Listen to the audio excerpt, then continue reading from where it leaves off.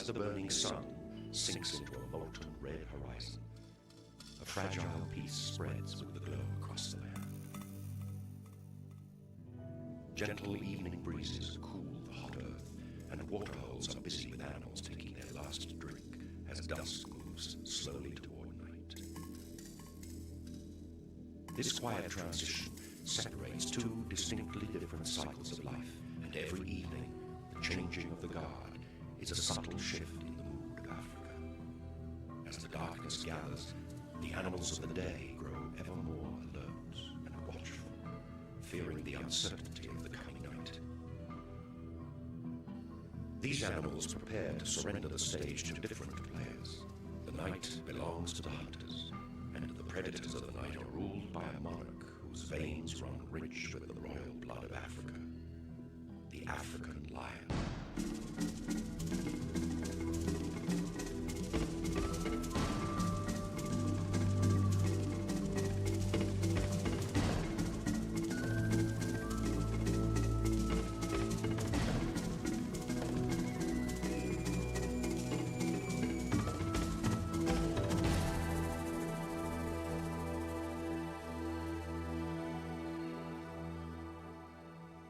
The cycles of life in nature are endless.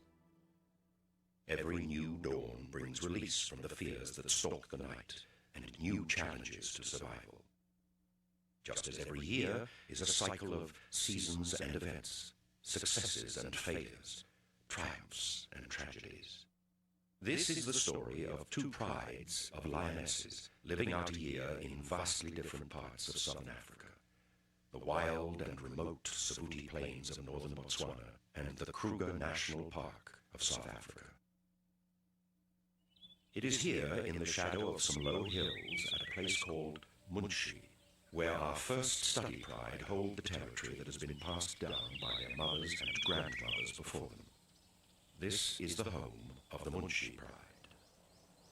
Our story begins after the savage dry years of the early 90s, when the area was in the grip of the most devastating drought in living history. Everywhere across the bleak landscape, herds of gaunt animals are strung out like ghostly caravans, shuffling wearily through the dust. While others, little more than slow-moving corpses, search for nutrition in the dry ground.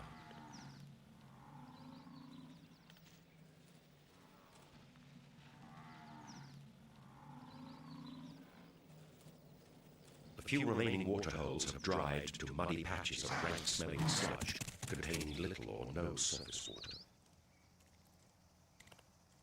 Food stocks are almost at an end. Only desperate foraging of dry twigs and dusty grass roots sustains the rapidly weakening survivors until the land once more feels the soothing balm of rain.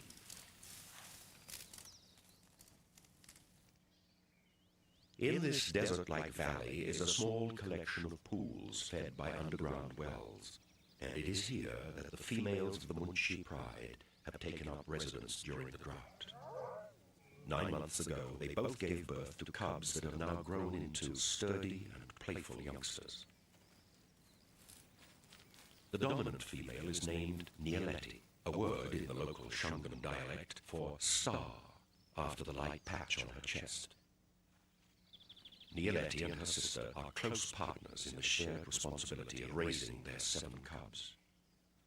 While the dry conditions are harsh on most of the bushveld animals, it is a time of plenty for the lions, who take advantage of slowed reactions and weakened limbs.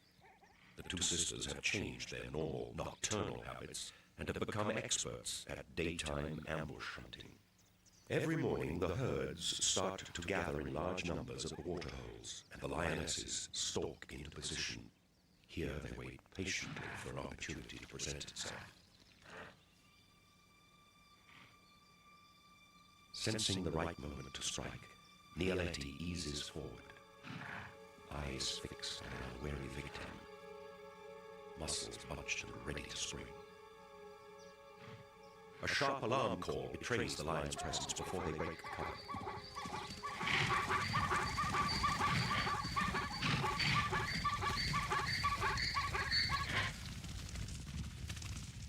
When the nervous herds bolt in panic, the lioness relaxes, easing down back into position. When the charge does come, the hunters will still miss 9 times out of 10, but the small amount of energy used with each attempt allows many more chances to force the error from already weakened prey.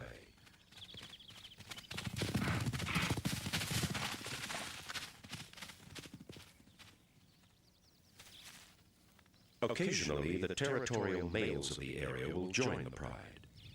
When this happens, the females will often drive animals toward the males, who sometimes manage a token effort at cooperation, but usually prove to be more of a hindrance than a help.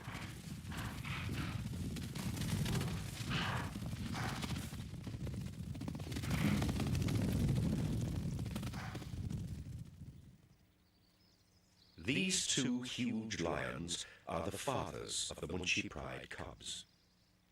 On their regular visits, they pay close attention to the scent marks left by the lionesses, gleaning information on the sexual condition of their mates. Competition between alliances of males for the mating rights to a pride is intense. If a female within their territory is receptive, they will mate with her immediately, ensuring that it is their genes carried through to the next generation. With the hunting over for the morning, the females retire to the shade of some nearby trees to rest, patiently discouraging the cubs' efforts to cajole them into a game. Like athletes in training, their young muscles must be constantly stretched and exercised. Every burst of speed, every tumble and every turn strengthens limbs and sharpens reactions. Holds and techniques learned from watching their mothers hunt are practiced on brothers and sisters. Early tests of strength establish a hierarchy that will ensure discipline for effective teamwork when they are ejected from the pride and must hunt without their mothers.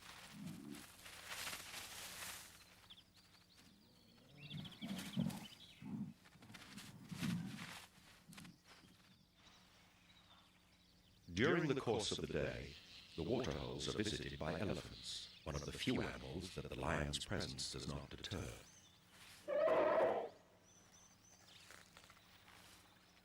These giants can drink more than 50 gallons a day, and groups of young bulls gather to bathe and enjoy the cool water. Splashing themselves with mud helps to relieve the irritation from biting insects and moistens their skin against the powerful African sun. The areas they trample on the edge of the water provide drinking spots for flocks of turtle doves. Droppings left in the shallows are hotly contested perches, safe from predators that lie in wait on the shore.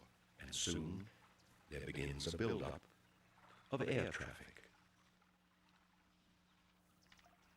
Dung beetles make carefully packed balls of the precious waste, which they industriously roll away for their mates to lay eggs in.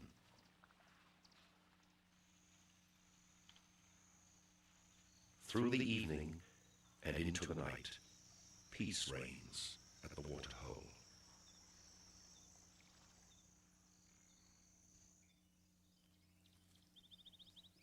At dawn, Nialeti is preparing herself for the hunt, sharpening her claws on the rough bark of an acacia tree and stretching her lithe body.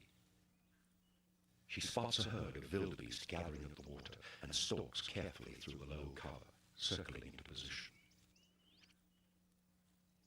Choosing the right moment, she launches herself at full speed in a blinding display of power right into the midst of the panicking animals.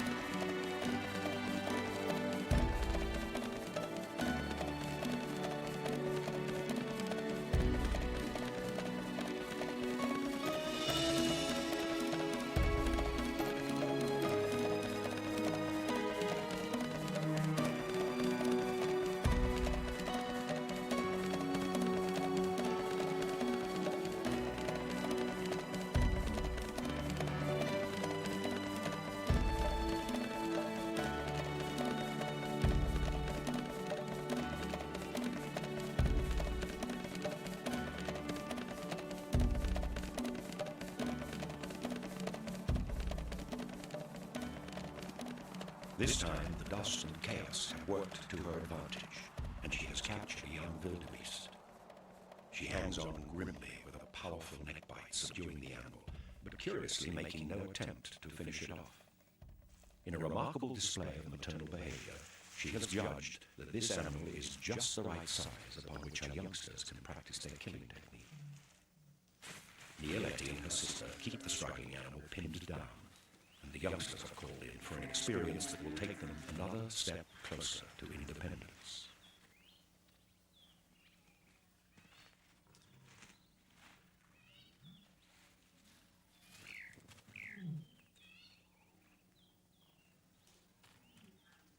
When feeding begins, it is fast and furious.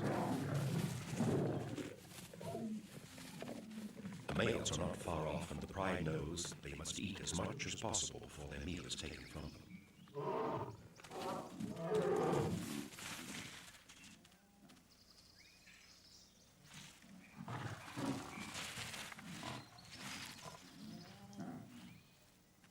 This is the price the family pays for protection of the youngsters who would be killed or chased off if new males should take over the pride.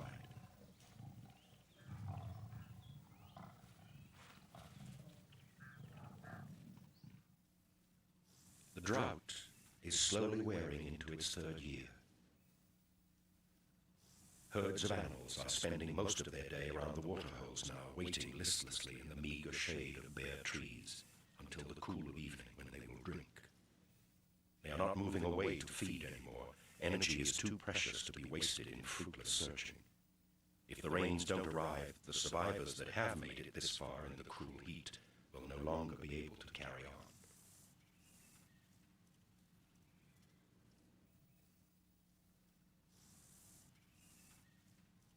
In the evening, a relieving breeze begins to stir the stifling air, bringing the sweet scent of life-giving rain. Lightning flashes across the night sky.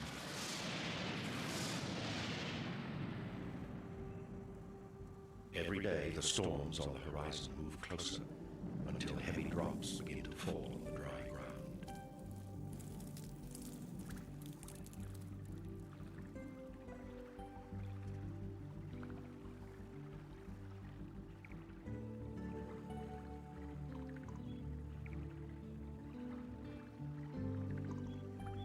Within days, new life begins to sprout through the now-soaked earth, and 2 months later, once dry riverbeds have swollen to muddy torrents, rolling through green, riverine forest.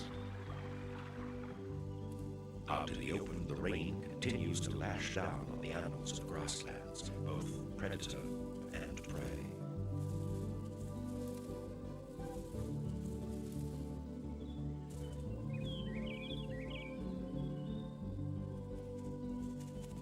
Regeneration of this once barren land is remarkable. Herds are beginning to gather again, and on the plains, the miracle of new life is taking place.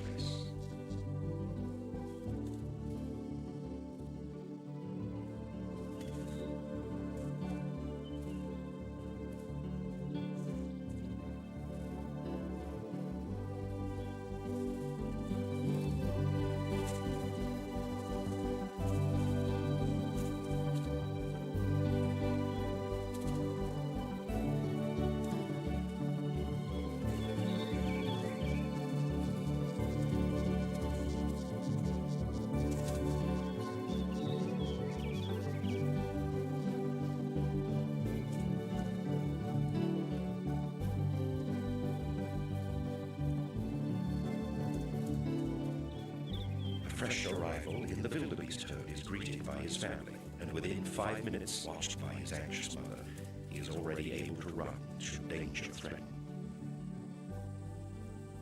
The incredible reproductive strategy of the impala has evolved for just such a time. Females that became pregnant weeks apart, some 7 months earlier, synchronize hormonally to give birth to all the lambs in the herd within 72 hours of each other. This floods the market, and predators can only gorge themselves on a very small percentage of the newborn. During the day, the lambs are kept together in large nurseries while mothers graze close at hand. The rain has brought new life everywhere, At a hyena den nearby, boisterous pups, some still in the black coats of infancy, play with their patient mother. Hyena females each give birth to 2 pups, who are raised in the communal den. The mothers take turns at protecting the young from scavengers, like the ever-present black-backed jackal.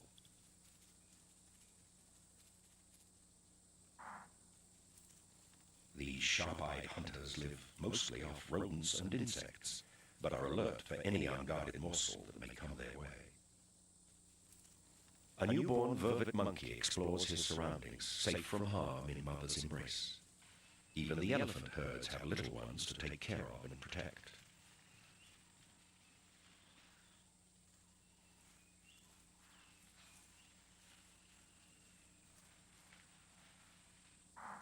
Baboon families feed greedily on fallen marula berries, a succulent, nutritious fruit that is produced in rich abundance after heavy rains. Each fruit is carefully peeled to expose the juicy inner pulp under the bitter skin, and then eaten with obvious relish.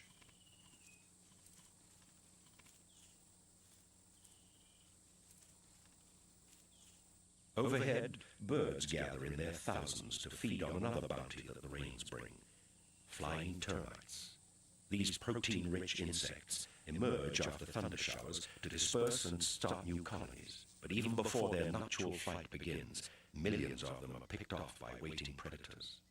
The oxpecker vigorously combs the fur of large antelope for the larvae of ticks that hatch in the moist grass.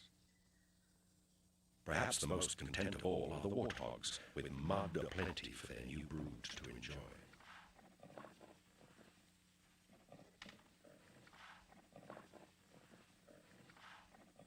Nearby, a group of vultures are gathering at the remains of a fresh kill on the outskirts of the Munshi Pride territory.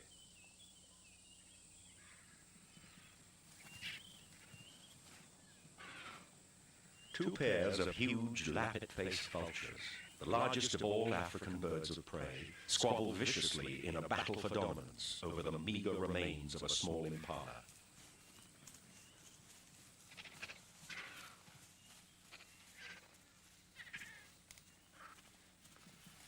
During the wet season, circumstances have changed dramatically for the Munshi Pride.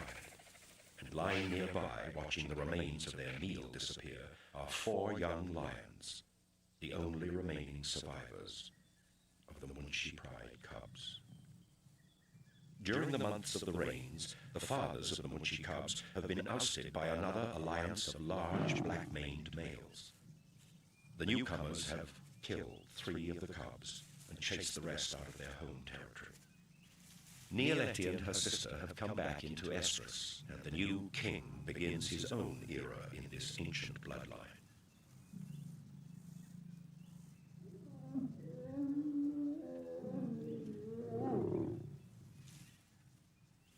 After the summer, when we return to the Kruger, we will see the results of this union. In the meantime, the Munshi Pride cubs are truly on their own.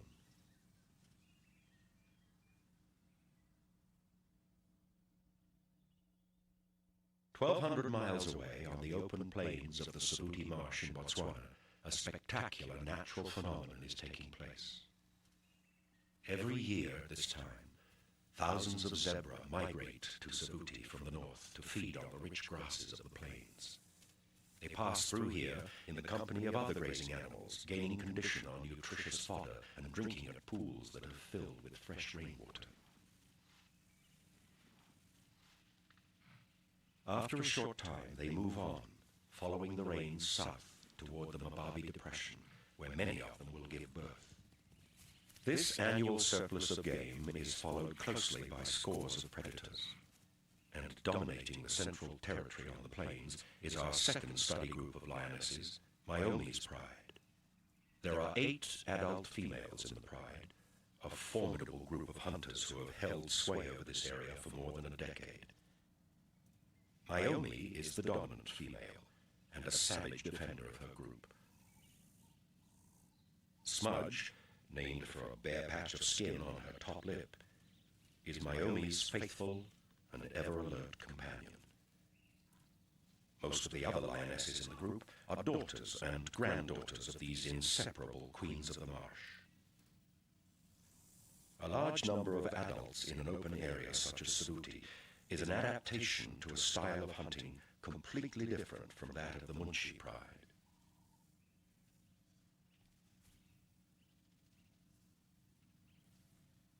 After spending the whole day asleep in the mopani bushes surrounding the marsh, they slowly get moving in the early evening.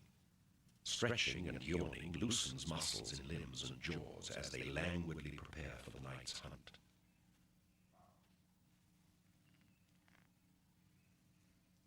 Like most lions, Myomi and her pride spend more than 3/4 of their day inactive, conserving energy for the intensely demanding business of killing for a living. As the light begins to fade and a brilliant color washes the evening skies, the females step out onto the edge of the marsh.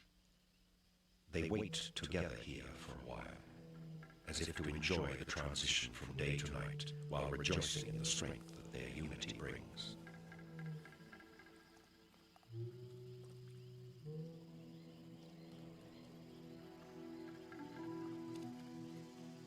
Setting off into the dark, they move like a single unit, communicating by subtleties of body language learned from years of hunting together every night. They stop frequently, relying on acute hearing to locate zebra moving on the marsh. Splitting up and melting into the darkness, the pride surrounds and closes in on the herd.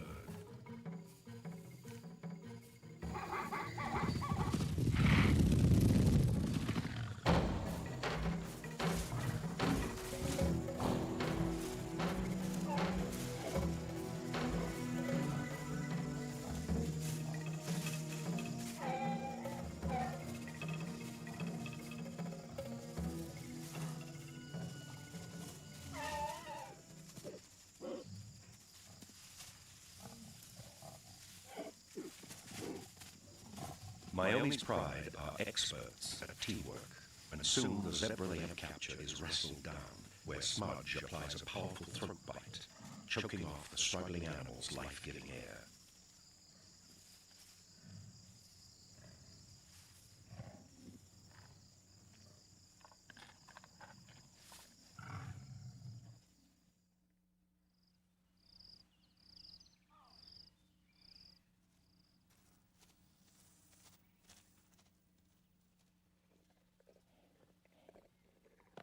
With sunrise in the morning, the feast is almost ended.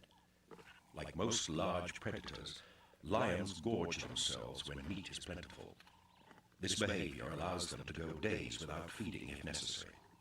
But a hugely distended stomach is uncomfortable to live with and makes breathing very difficult. One of the young females drags the carcass into the cover of some nearby bushes, an instinctive behavior that hides the meat from the prying eyes of vultures whose presence would alert other predators and scavengers to the kill. Sharp-eyed, hooded vultures are the first to arrive.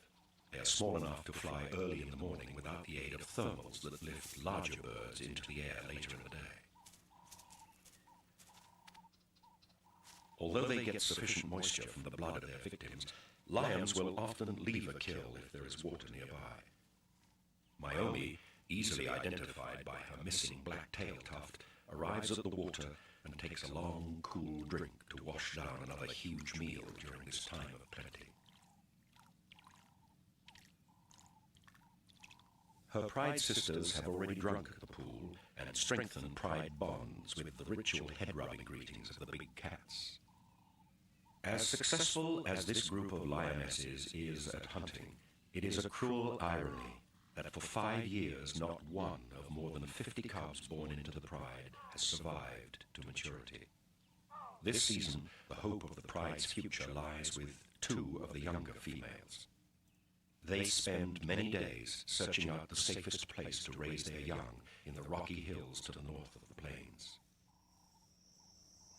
One of the females has given birth in a well-hidden den in this area, and at sunset she returns to her closely guarded secret. 2 tiny newborn cubs. The lioness's predatory lifestyle allows her to carry the extra weight of pregnancy for only 3 months before giving birth. This short time in the womb results in very underdeveloped young who are virtually helpless for the first 2 months of their life. They will then rely on their mother and the pride for another 2 years before they are independent.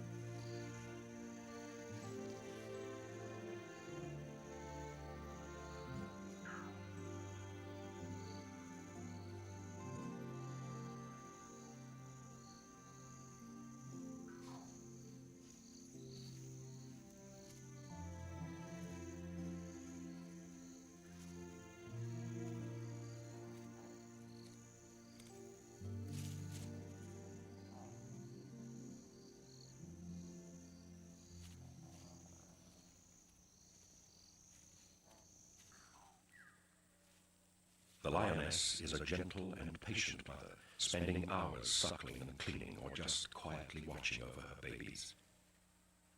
If danger threatens, she will defend them savagely, but there are times when she must leave and join the pride to feed.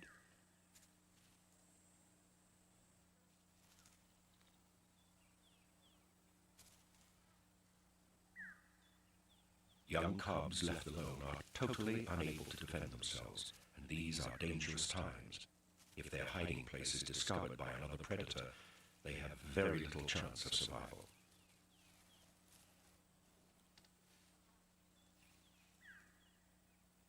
The other female has 4 older cubs who are ready to meet the rest of their family. The trip into the outside world is filled with adventure, and like all young cats, they are highly inquisitive and playful. The rest of the pride has been feeding on a giraffe kill for 2 days when the newcomers arrive. It is a perfect opportunity for the cubs to meet their relatives and begin their education in life with the pride. They are thoroughly investigated by their aunts and soon learn who will play and who should not be irritated.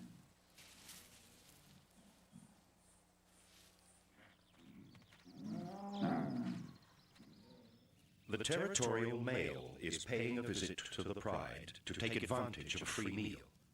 This is the first time he has seen his offspring, and despite their efforts to gain his attention, it is obvious that he is not impressed.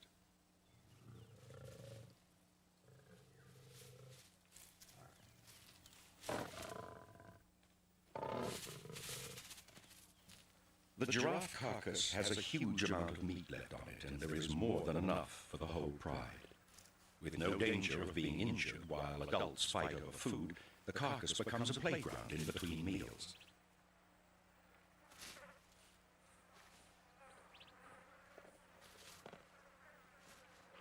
Meat in such abundance is a novelty, and play and feeding carry on through the night.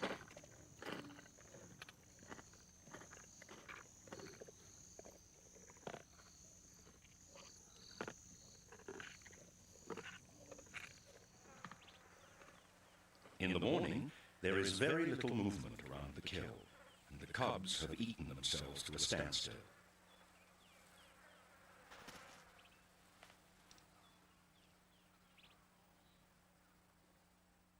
At smaller kills, the competition for food is violent and dangerous for cubs.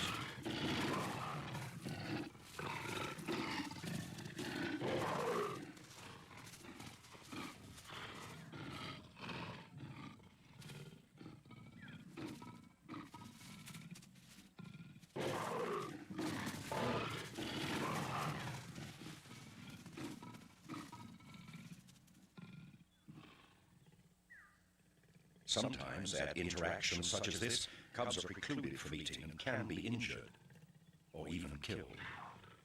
This experience will help them survive during feeding with the pride, but they have yet to encounter the greatest danger to their young lives, for stalking the plains of Savuti is another of Africa's most fearsome and efficient predators. the spotted hyena. The two main hyena clans are large and powerful, hunting brazenly in the territory of the lions. Sometimes they will tackle even the most dangerous of prey, like the Cape buffalo.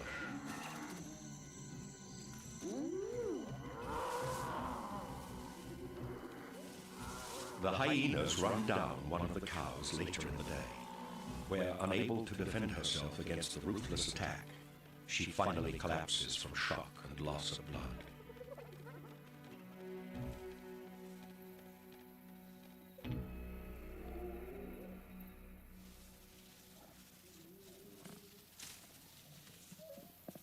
Nowhere else in Africa is the rivalry between lion and hyena as intense as on the plains of Sabuti. And when Myomi's pride arrives, attracted by the noise of the kill, they are swiftly chased and attacked by the blood-crazed clan.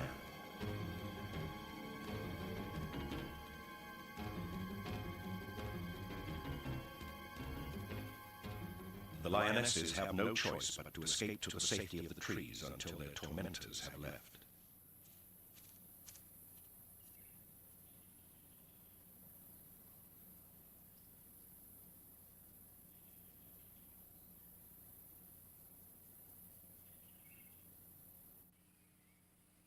In the months after the large herds have left Sabuti, the plains dry out, and food is harder to find for the animals that remain.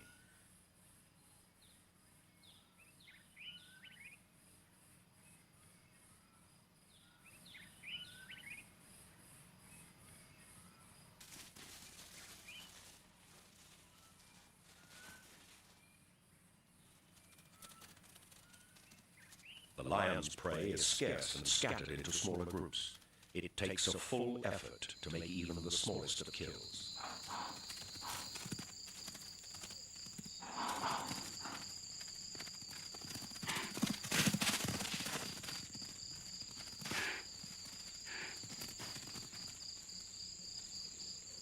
This is when the hyenas are at their boldest, and if the pride is not accompanied by protective males, the clan shows no fear, rushing in at the kill to snatch a hard-earned meal from the midst of the pride.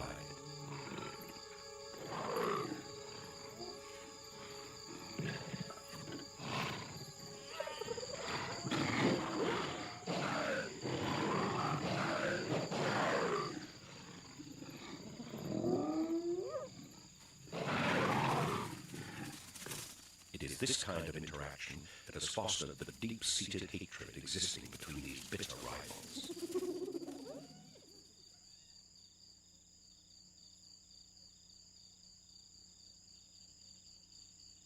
At this time of year, every sunset brings a possibility of violent confrontation in the dark of the night. One evening, we find the females leading their young across the middle of the open plains. It is obvious from the blood on the lionesses' faces that the cubs are being taken to a fresh kill.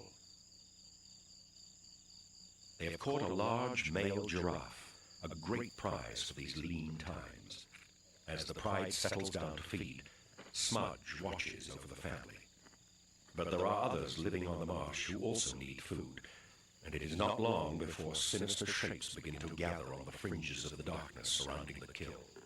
The cubs' presence here now places them in mortal danger.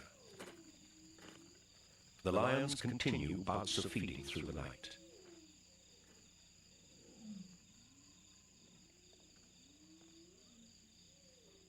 As dawn approaches, they are gorged, rolling on their backs to ease their discomfort and speed up digestion.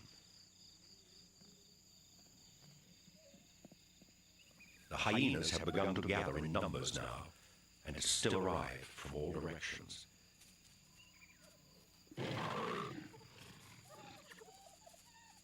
Myomi and Smudge try to keep them at bay, but as the sun rises, the enemy closes in. A savage two-day battle that will change the course of Myomi's pride forever is about to commence.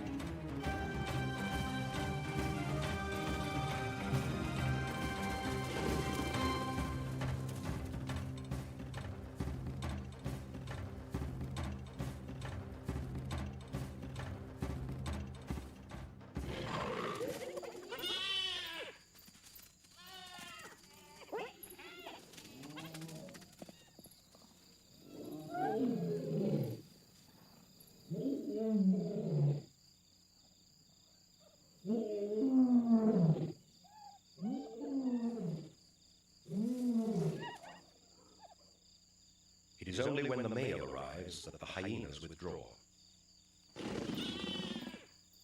He has killed a young, inexperienced hyena on the outskirts of the skirmish, and he shakes his victim with anger and frustration.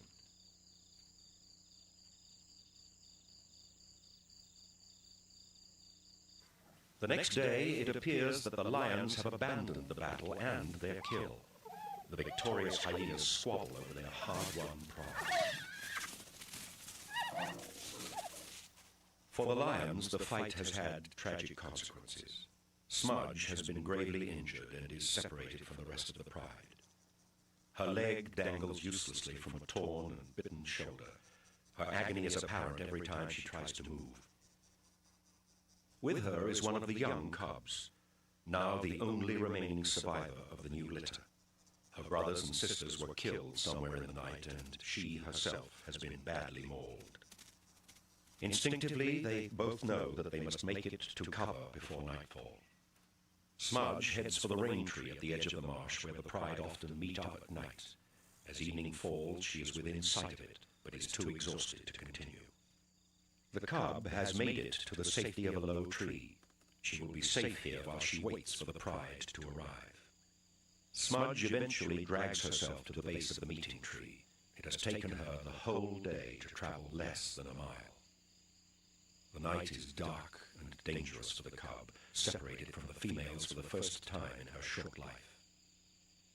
Smudge listens intently for the sound of her approaching sisters.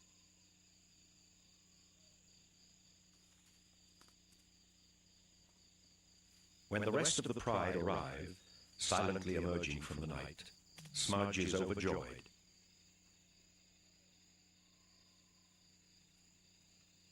She struggles over to greet and head rub as if ready to join in the hunt.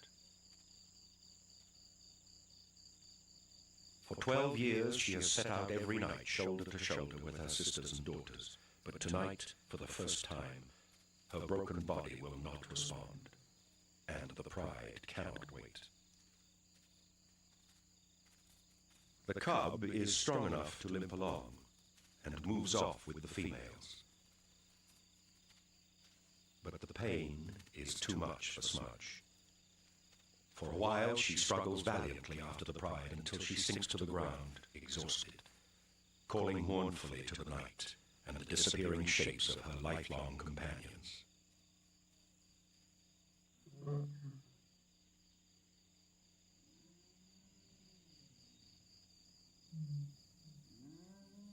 Fate has dealt her a bitter blow. At night in Savuti, weakness of any kind is certain to attract deadly attention. The hyenas are quick to sense the helplessness of the stranded lioness, and their tentative approach soon turns into a vicious attack.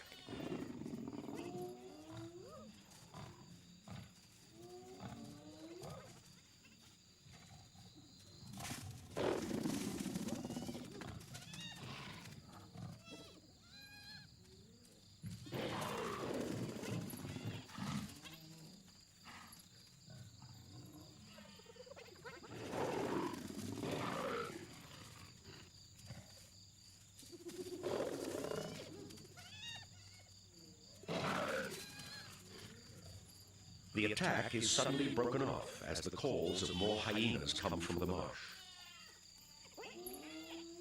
This area is a territorial no man's land between clan boundaries, and the noise of the attack on Smudge has attracted the attention of a rival group.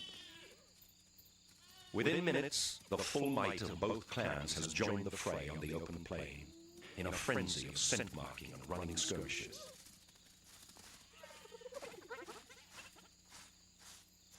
Hyenas are masterful opportunists, and the intruding clan exploits the attack on the lioness as a chance to gain some precious hunting ground in a divided battle.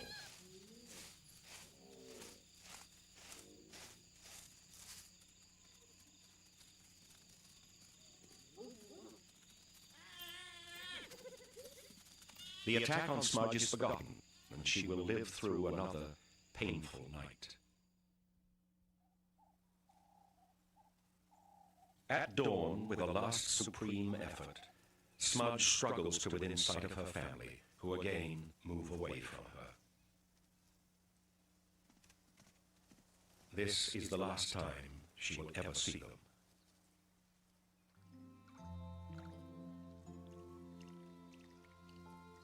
Her condition deteriorates rapidly over the next few days. One morning, after a soothing drink, she lays herself down to rest.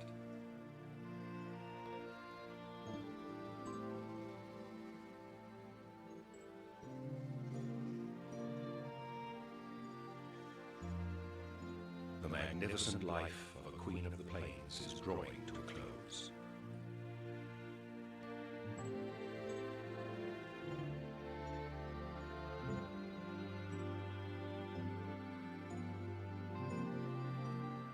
Six months have passed in the Kruger, and the Munshi females have a new family to take care of.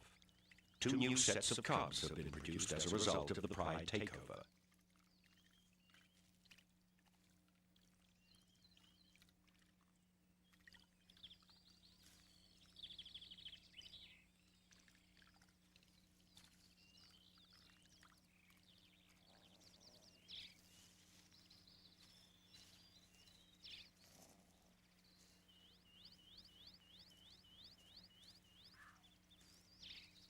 The aged mother of Nialeti and her sister has rejoined the Pride and has resumed nursing duty for her new grandchildren.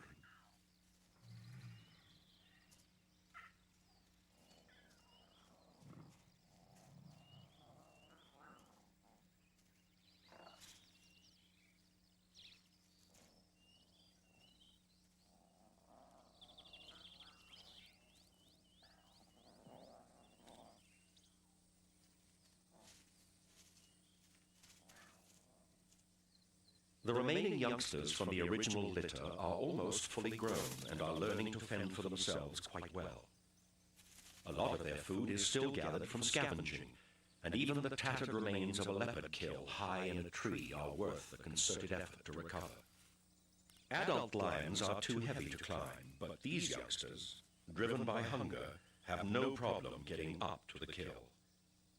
When the time comes to find a way back down to the ground, the haughty, regal bearing of the princess crumbles, giving way to a very unladylike scramble.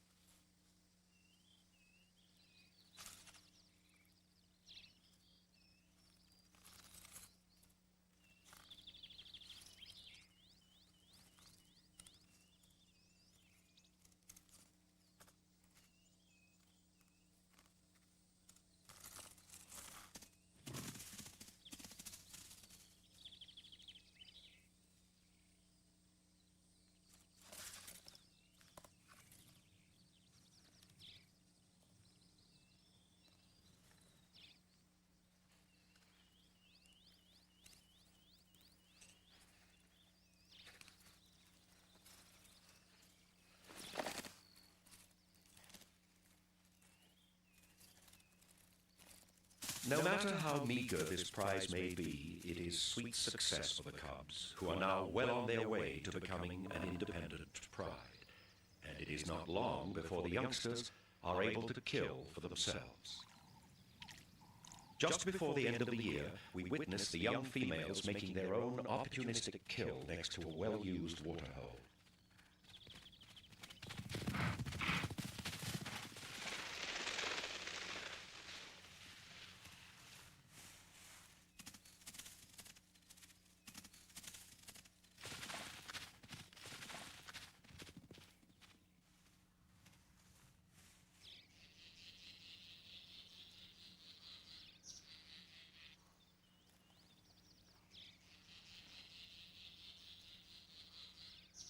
The survival of these cubs represents success in another of the complex cycles of nature.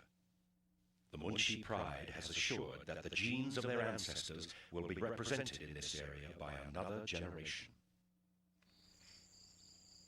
For Myomi's Pride in Savuti, it has been a hard year. The loss of Smudge has reduced the strength of the Pride, but nature has provided a balance for her death. The remaining female cub is the first youngster to survive in this pride for nearly 7 years. She is by no means out of danger, and must grow up without brothers and sisters. But she represents hope for the future of this family of queens and princesses.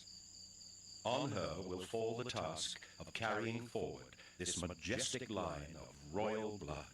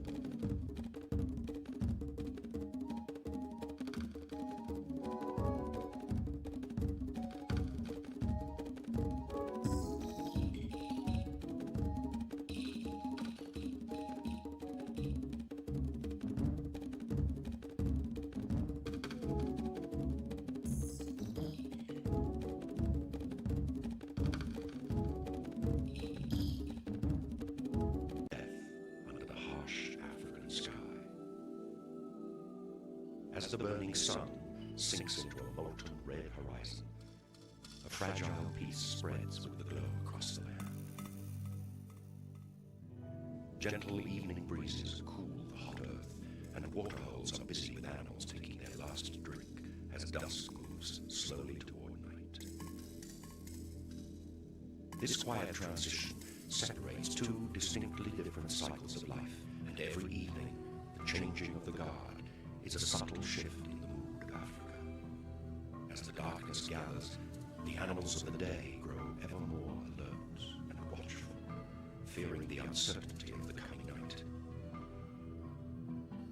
These animals prepare to surrender the stage to different players.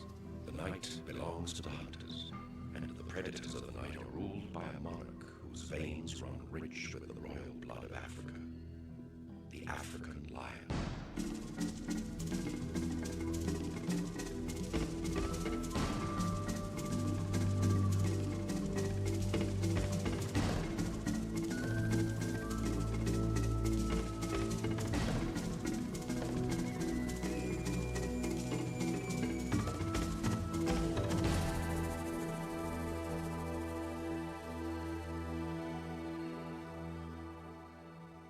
The cycles of life in nature are endless. Every new dawn brings release from the fears that stalk the night and new challenges to survival. Just as every year is a cycle of seasons and events, successes and failures, triumphs and tragedies. This is the story of two prides of lionesses living out a year in vastly different parts of southern Africa. The wild and remote Savuti Plains of northern Botswana, and the Kruger National Park of South Africa. It is here, in the shadow of some low hills, at a place called Munshi, where our first study pride hold the territory that has been passed down by their mothers and grandmothers before them. This is the home of the Munshi pride. Our story begins after the savage, dry years of the early 90s, when the area was in the grip of the most devastating drought in living history. Everywhere across the bleak landscape, herds of gaunt animals are strung out like ghostly caravans, shuffling wearily through the dust. While others, little more than slow-moving corpses, search for nutrition in the dry ground.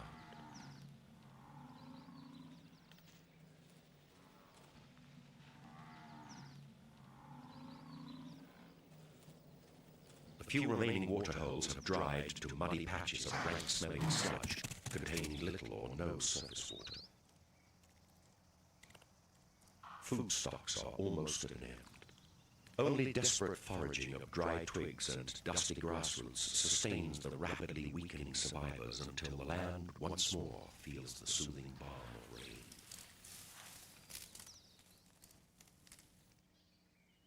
In this desert-like valley is a small collection of pools fed by underground wells, and it is here that the females of the Munshi pride have taken up residence during the drought. 9 months ago, they both gave birth to cubs that have now grown into sturdy and playful youngsters. The dominant female is named Nialetti, a word in the local Shungan dialect for star, after the light patch on her chest. Nialetti and her sister are close partners in the shared responsibility of raising their 7 cubs. While the dry conditions are harsh on most of the bushveld animals, it is a time of plenty for the lions, who take advantage of slowed reactions and weakened limbs. The 2 sisters have changed their normal nocturnal habits and have become experts at daytime ambush hunting. Every morning, the herds start to gather in large numbers at the waterholes, and the lionesses stalk into position. Here they wait patiently for an opportunity to present itself. Sensing the right moment to strike, Nialetti eases forward, eyes fixed on an unwary victim, muscles bunched and ready to spring. A sharp alarm call betrays the lion's presence before they break the cover.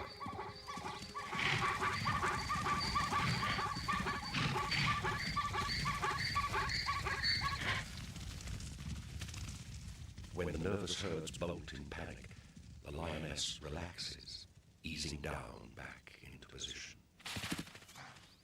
When the charge does come, the hunters will still miss 9 times out of 10, but the small amount of energy used with each attempt allows many more chances to force the error from already weakened prey.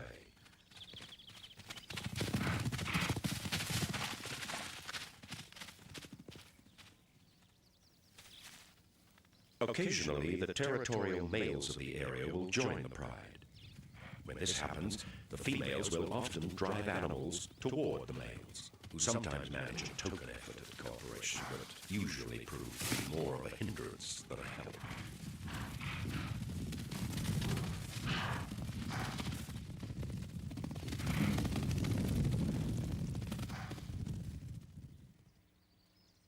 These 2 huge lions are the fathers of the Munchi Pride cubs.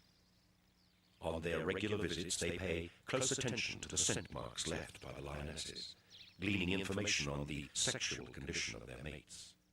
Competition between alliances of males for the mating rights to a pride is intense. If a female within their territory is receptive, they will mate with her immediately, ensuring that it is their genes carried through to the next generation. With the hunting over for the morning, the females retire to the shade of some nearby trees to rest, patiently discouraging the cubs' efforts to cajole them into a game. Like athletes in training, their young muscles must be constantly stretched and exercised. Every burst of speed, every tumble, and every turn strengthens limbs and sharpens reactions. Holds and techniques learned from watching their mothers hunt are practiced on brothers and sisters. Early tests of strength establish a hierarchy that will ensure discipline for effective teamwork when they are ejected from the pride and must hunt without their mothers.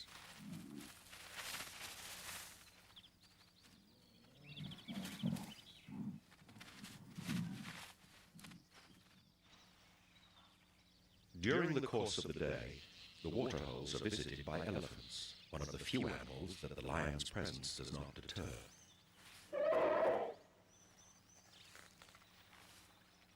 These giants can drink more than 50 gallons a day, and groups of young bulls gather to bathe and enjoy the cool water. Splashing themselves with mud helps to relieve the irritation from biting insects and moistens their skin against the powerful African sun. The areas they trample on the edge of the water provide drinking spots for flocks of turtle doves.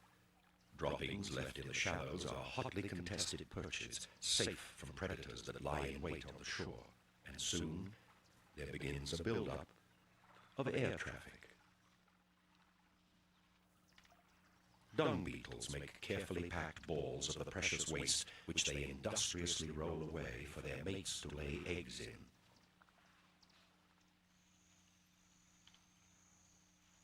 Through the evening and into the night, peace reigns at the waterhole.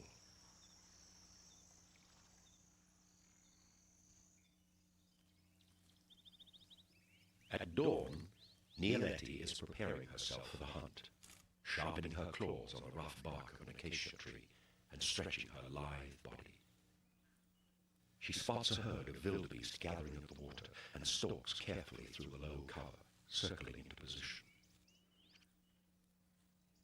Choosing the right moment, she launches herself at full speed in a blinding display of power right into the midst of the panicking animals.